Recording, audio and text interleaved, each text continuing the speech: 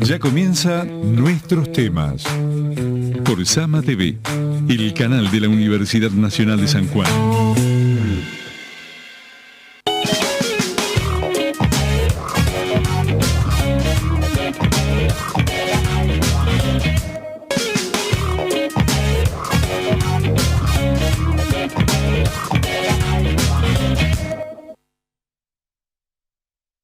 Muy buenas tardes, ¿cómo están? Arrancamos nuestros temas del día de hoy con la alergia haciendo de las suyas, acá, arriba, en el primer piso, por todos lados. Así que si nos escucha toser o estornudar, algo que seguramente estará pasando en muchos hogares sanjuaninos, porque bueno, lo sabemos, es la temporada de los vientos y hay que acomodar el cuerpo para pasarlo lo mejor posible. Bueno, hoy en nuestros temas hemos elegido tocar, creo, decíamos antes de empezar el programa con nuestros invitados de hoy, lo que es la pregunta del millón, ¿no? Están hoy con nosotros Daniel Durán, secretario general de APUNS, el doctor Oscar Cuadros, muchas gracias por venir. Oscar, él es docente de la Facultad de Ciencias Sociales, y Jaime Barcelona, secretario general de ADICUS. Y la pregunta del millón es, bueno, pasó la marcha, rechazaron el veto en la Cámara de Diputados. ¿Y ahora cómo seguimos? ¿Qué puede pasar? Entonces me parece que por ahí la primera pregunta sería para Oscar Cuadros, es su especialidad. Oscar, que nos cuente qué puede pasar.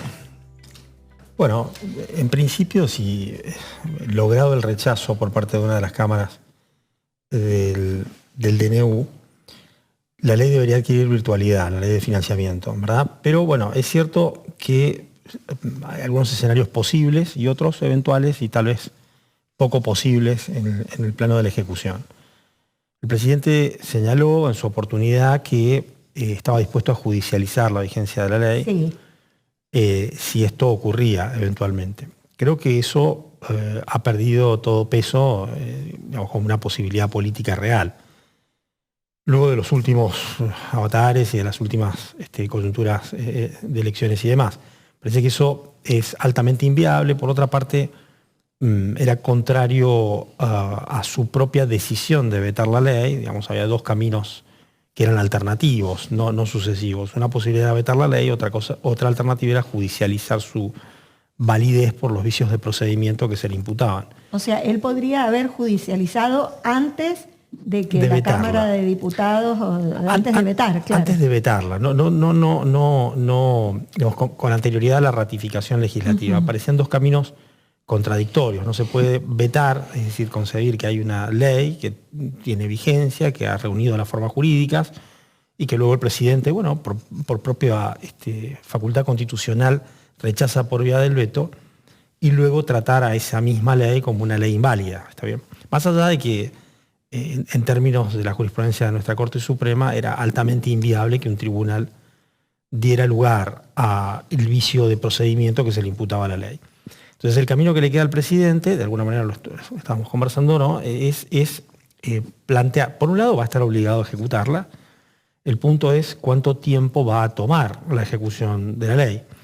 Ejecutarla va a tener que hacerlo porque es un imperativo constitucional, no puede negarse a hacerlo, tiene que haber una previsión presupuestaria y demás. Debemos recordar que venimos de dos periodos sucesivos sin un presupuesto. Claro que esto hace muy difíciles las cosas y que entonces no está previsto en ningún esquema de partida de gastos un mayor financiamiento para las universidades como para las otras instituciones que también se han visto favorecidas a partir de la acción política del Congreso de la Nación en las últimas semanas. De modo tal que el problema entonces radicará ahora en el momento de la ejecución. No es una ley que requiera puntualmente reglamentación de parte del Poder Ejecutivo, es decir, no hay ninguna acción legislativa que deba llevar adelante complementariamente a lo decidido por el Congreso de la Nación, circunstancia en función de la cual quedará discutir estrictamente el momento de la ejecución, la asignación de partidas y demás, algo que probablemente ocurrirá con posterioridad a las elecciones. Falta que el Senado trate ahora el rechazo al veto y todo parece indicar que también va a ser rechazado el veto. Jaime, ¿qué noticias tienen ustedes? Nosotros la noticia que tenemos es que se encamina a ser rechazado el veto, sí que estamos a la expectativa de qué sucede, si el gobierno implementa rápidamente o tiene algún mecanismo para demorar, porque el gobierno no está interesado en una actualización salarial acorde a la inflación y menos con retroactivo. A diciembre, recordemos que esta ley, además del presupuesto de funcionamiento, además de establecer las convocatorias paritarias que no se están llevando, contempla una recomposición salarial retroactiva al pago de todo lo adeudado por inflación desde diciembre del 2023. Ahora, él hizo un ofrecimiento cuando anunció que mandaba el presupuesto 2026 al Congreso, ofreció casi la mitad de lo que el sistema universitario necesita, según estimaron en el Congreso Interuniversitario Nacional, ¿no? Creo que ofreció algo de un poco más de 4 billones, y en realidad lo que habían estimado los rectores era 7.3 o 7.4, ¿no? No alcanza, pero ni se acerca, Daniel, ¿no? No, está lejos. Seguro que el aviso o la cadena nacional presidencial previa a la marcha tenía como objetivo uno desacreditar y deslegitimar una marcha. Le salió al revés. Claro, porque cuando el común del argentino escucha que a las universidades en el presupuesto 2026 le van a otorgar 48.000 billones de pesos, la verdad que la cifra da a entender, el sentido común dice que reclaman los universitarios. Es mucha plata. Es mucha plata.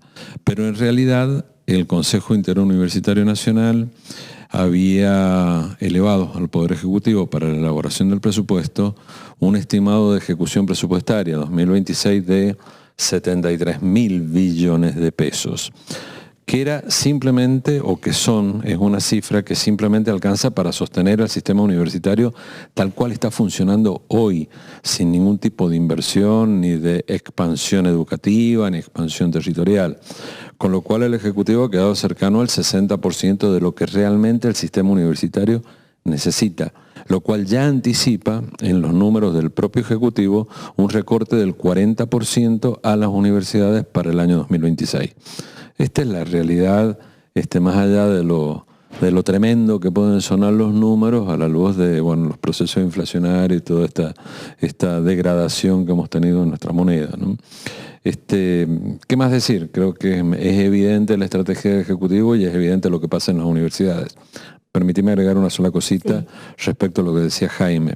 Si uno ve el decreto de veto que el Ejecutivo mandó y se toma el tiempo de leer sus considerandos, en uno de ellos dice que recomponer los salarios de acuerdo a la caída del poder adquisitivo desde diciembre del 2023, que ahí necesitaría una fe de rata porque se equivocan en el mes, pero hablan de que implicaría una recomposición inmediata del 40.25 del salario de los trabajadores universitarios. Esto lo dice el propio Poder Ejecutivo en el decreto de veto que envía al Congreso de la Nación. Y es como dicen los abogados, a confesión de parte, relevo de prueba. Es una contradicción con lo que hace después. Tal cual. Sí, no, sin duda que la estrategia es seguir ajustando al sistema universitario y seguir ajustando lo que ellos genéricamente denominan gasto público. Pero en realidad el ajuste en el gasto público es bastante discrecional porque se ajusta a algunas cuestiones. Otras partes del aparato del Estado no se ajustan y todo lo contrario, tienen partidas bastante más suculentas, ¿no? Supongamos, Oscar, que el cálculo que hay es que en el Senado también se va a rechazar el veto. Supongamos que se rechaza el veto. O sea, ¿cuánto tiempo tiene que pasar o qué tiene que suceder para que la ley de financiamiento universitario sea efectiva? La ley va a entrar en vigor desde el momento en que sea publicada en el boletín oficial.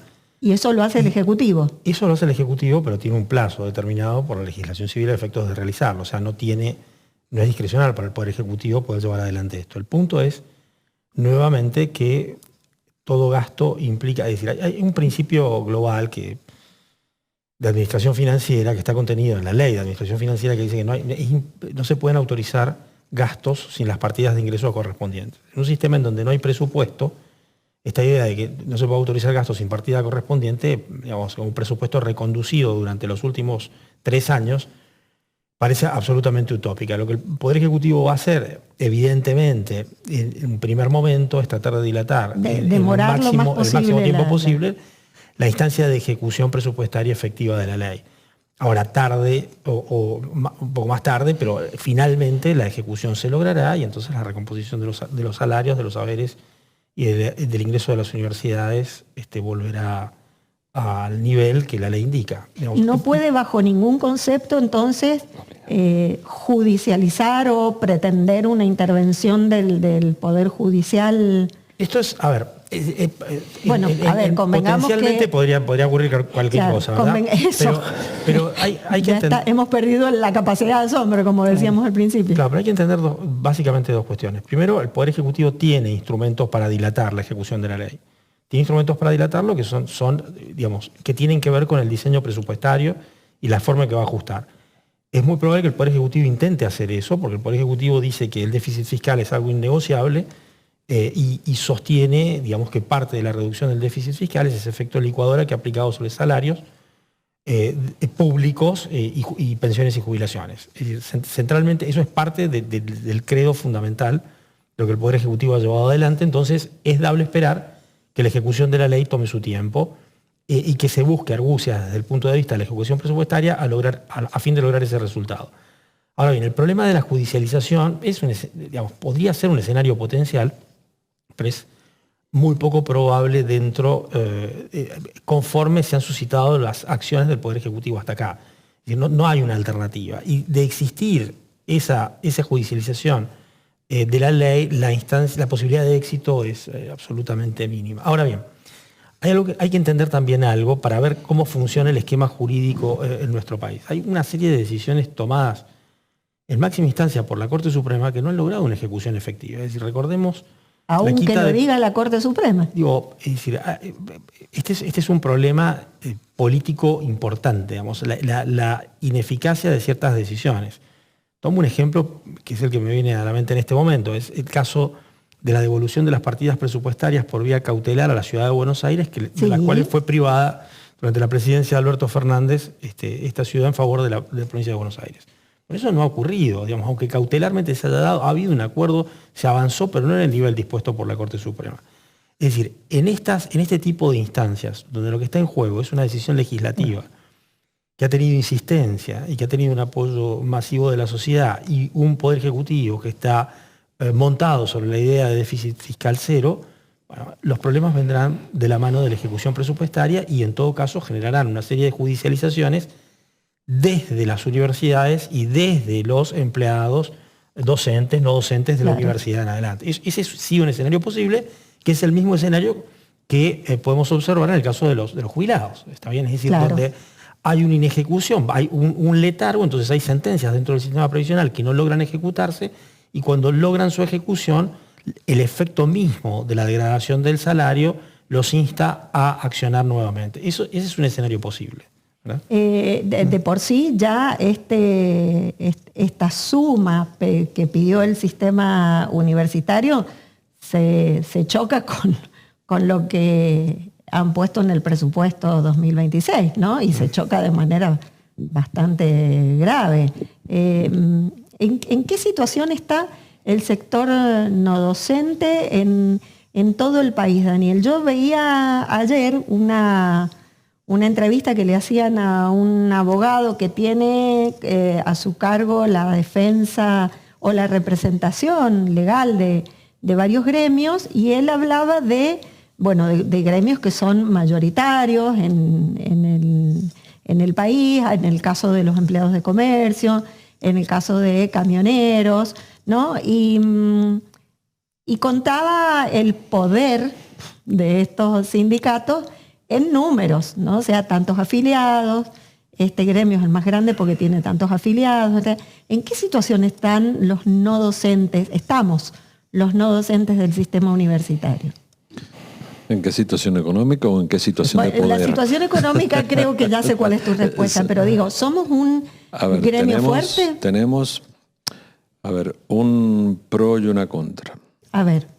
Como sistema universitario, como no docentes, tenemos una gran ventaja que tenemos representada a nivel nacional tenemos unificada a nivel nacional nuestra representación. En FATUN, la federación. Con lo cual, a la hora de negociar dentro del sistema universitario con el gobierno, es una gran ventaja. Bien. Pero claro, es una gran ventaja cuando las paritarias efectivamente se ejecutan, cosa que no está pasando.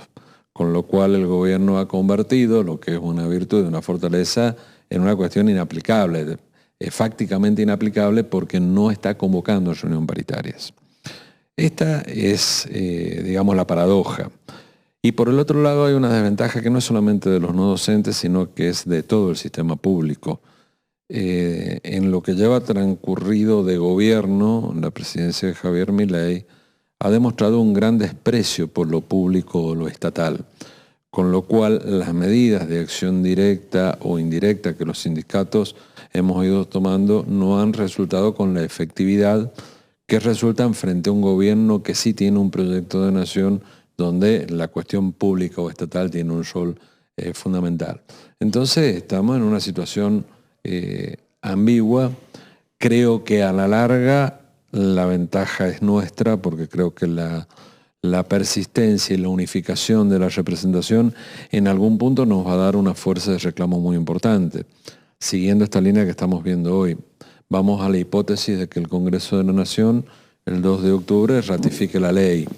El Poder Ejecutivo en un plazo perentorio tiene la obligación de promulgarla y a la hora ya de discutir judicialmente sobre una ley promulgada, la ejecución de la misma, me parece que la representación unificada nos va a dar cierta fuerza.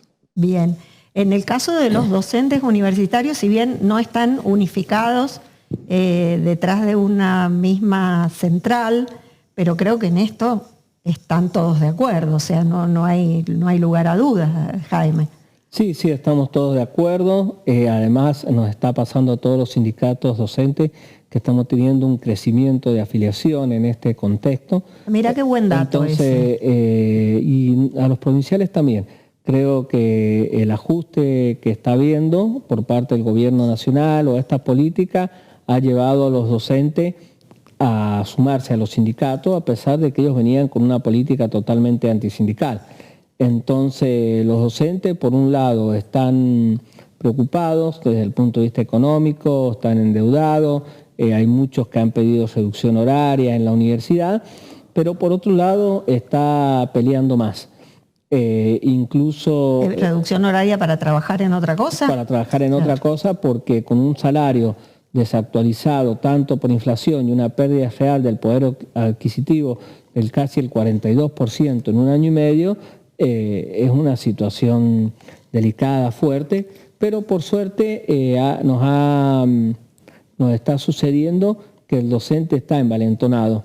Y a pesar de que hace un año y medio esto se veía complicado, creo que ahora la lucha, la persistencia está dando sus resultados y si el gobierno, después de salir favorable en el Senado, si es que esto sale, no promulga la ley, el conflicto va a volver a escalar, porque incluso el mismo presupuesto que el gobierno ha presentado es un presupuesto de conflictividad, porque prevé ajuste a las universidades, más ajuste a los jubilados, aumento de tarifa e incluso establece un año sin actualizaciones salariales en muchos sectores del Estado. Entonces, esta ley también la tiene que promulgar, hay que pelear para que se promulgue, porque si vamos a estar esperando el próximo presupuesto es complicado porque es un presupuesto de conflictividad el que ha presentado el gobierno porque ajusta a todos de una manera más agresiva de la que está ahora en la actualidad incluso. Lo vimos en la marcha, o sea, veíamos a la par de las columnas de las facultades, de los colegios, estaba el sindicato de camioneros, estaban partidos políticos, había una importante presencia de otros gremios, de otros sectores de la provincia, ¿no? Sí. Aunando esfuerzos con los universitarios y las universitarias en defensa de la universidad pública. Y lo escuchamos en los discursos, ¿no? Esta es la universidad de los hijos de los trabajadores. Sí, efectivamente, se han dado, creo yo, dos fenómenos políticos que eran imprevisibles para el gobierno. Puertas adentro del sistema universitario, esto que hablaba al principio de la unificación de la representación, ha logrado este tipo de políticas que la representación sindical esté prácticamente nucleada en el Frente Nacional Sindical y estamos teniendo decisiones en conjunto, autónomas y ejecutando en conjunto las decisiones, lo cual es muy saludable no solamente para el sistema, sino también para los trabajadores. Pero en este tipo de política que no es nueva, ¿no? Si uno mira a los actores de las épocas de default de Argentina o de este tipo de políticas, siempre han sido los mismos personajes que están hoy gobernando, sobre todo en el Ministerio de Economía. Y acá hay una transversalización en el tema de la clase trabajadora, porque para el sector público es un apretujón salarial porque implicamos gasto, y para el sector privado también es un apretón en el sector de trabajadores porque implica esta mentada baja de costos que ellos quieren reflejar en la ley de reforma laboral, que no es más que la flexibilidad del despido. Entonces, esta transversalización hace que aparezcan estas consignas, ¿no? La universidad de los trabajadores, y creo que se va a ir replicando. Y por eso están los otros sectores de la economía que tal vez desempeñan sus actividades en el sector privado, pero que también se han visto perjudicados, si bien en forma asimétrica respecto al sector público, pero el sector privado tiene un problema adicional, que es el despido. Entonces, cuando el ajuste no llega por salario, llega por despido. Exacto. Esta es una de las maniobras y esta es una de las formas que este tipo de política tiene para ajustar costos y ajustar gastos. Una de las cosas que hemos escuchado muy, muy repetidas, sobre todo por aquellos que son partidarios de las ideas de la libertad, en este último tiempo, en programas televisivos y demás, ¿no? Es que esta marcha del otro día y todas las manifestaciones en defensa de la universidad pública, en defensa de la ley de emergencia pediátrica, de los discapacitados y demás, son golpistas, ¿no? Entonces, bueno, yo creo que si hay algo en lo que estamos de acuerdo es que siempre la podemos mejorar, pero la democracia es la forma de gobierno que hemos elegido, que hemos consagrado y que sostenemos hasta la fecha y que seguiremos sosteniendo por muchos años más. Oscar, ¿hay algún elemento de la forma republicana de gobierno que tiene la Argentina que le permita sostener esta opinión a los que dicen que porque se defienden determinadas cosas somos golpistas?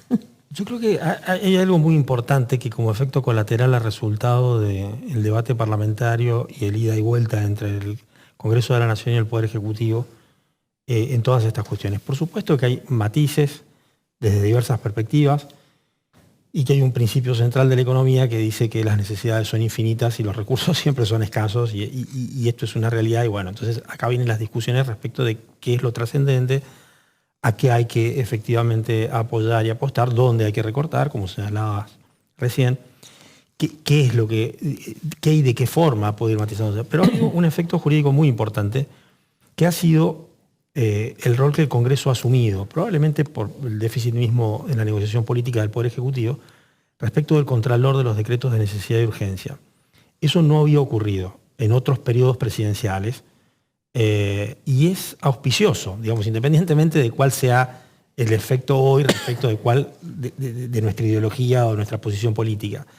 No ha pasado en otros momentos donde desde el año 94 hasta la fecha ha habido un abuso central en la legislación de parte del Poder Ejecutivo, y ahora este rol de contralor que ha asumido directamente el Congreso, recordemos que la ley es bastante más engorrosa en su tratamiento, somete estos decretos a una comisión bicameral, esta comisión la eleva al Pleno, se tiene que lograr, bueno, es una ley pensada para que el control de los decretos de necesidad y urgencia y los delegados sea muy arduo para el Poder Legislativo. Sin embargo, el Poder Legislativo, el Congreso de la Nación, ha actuado rápidamente y está en algunos casos apoyando la política del presidente, como ocurrió con el acuerdo con el FMI, que fue blindado con el voto favorable de una de las cámaras, y en otros casos en un sentido defensivo de la imputación de gastos conforme lo había dispuesto el Congreso de la Nación, como ocurre con el financiamiento educativo. Esto es muy trascendente, a punto tal que ha dado lugar a proyectos que han tenido ya tratamiento en comisión en el Senado de reforma de la ley de control de DNU, de reglamentos delegados y de aprobación ficta de leyes. Esto es muy importante en términos de salud republicana, que comprendamos finalmente los argentinos que independientemente de ciertas coyunturas de urgencia, de necesidad extremas o con bases legislativas muy claras, el Ejecutivo no es el legislador. El Congreso de la Nación cumple el rol del diseño de las políticas legislativas conforme sus mayorías y su integración, y el Poder Ejecutivo lleva adelante, a partir de un plan económico dado, esas políticas que diseña el Congreso de la Nación.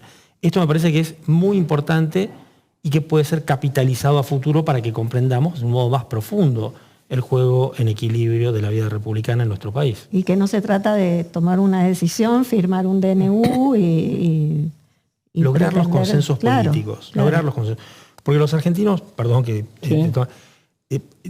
Todos creo que en mayor o menor medida somos conscientes respecto de la gravedad de lo que fue el fenómeno inflacionario, de los problemas que eso suscitó sobre el salario, digamos, sin un recorte formal, o sin un recorte pero sin un recorte que venía de ese mismo impuesto inflacionario y demás, y de cómo impactó en todos nosotros. Creo que eso lo tenemos claro y hemos capitalizado esa experiencia. Bueno, pues ahora transitar la vida republicana implica establecer instancias de diálogo entre los actores políticos, no de imposición, no decisiones taxativas, no de discursos que nos llevan a una situación de imposibilidad de conciliación. Creo que esto es muy importante en términos de salud republicana y estamos asistiendo a esto. Es un grado de para madurez. eso es la política, justamente, ¿no? Esa es la tarea. Bueno, antes de, ya se nos está acabando el tiempo, pero una pregunta para Daniel y para Jaime.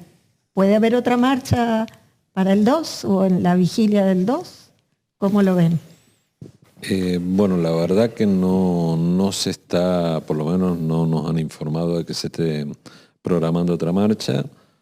Entendemos que el escenario en el Senado, como bien lo dijo Jaime, me parece al principio, es un poco menos tenso que lo que fue en diputados, que siempre los números han estado muy justos. Creo que tampoco hay espacio social ni político para otra convocatoria. Creo que las instituciones tienen que seguir funcionando y a futuro, una vez promulgada la ley, que es lo que todos estamos deseando, bueno, dependerá del Ejecutivo y de su acción o su inacción lo que pase con el sistema y las medidas de acción directa que se pudiesen llegar a tomar.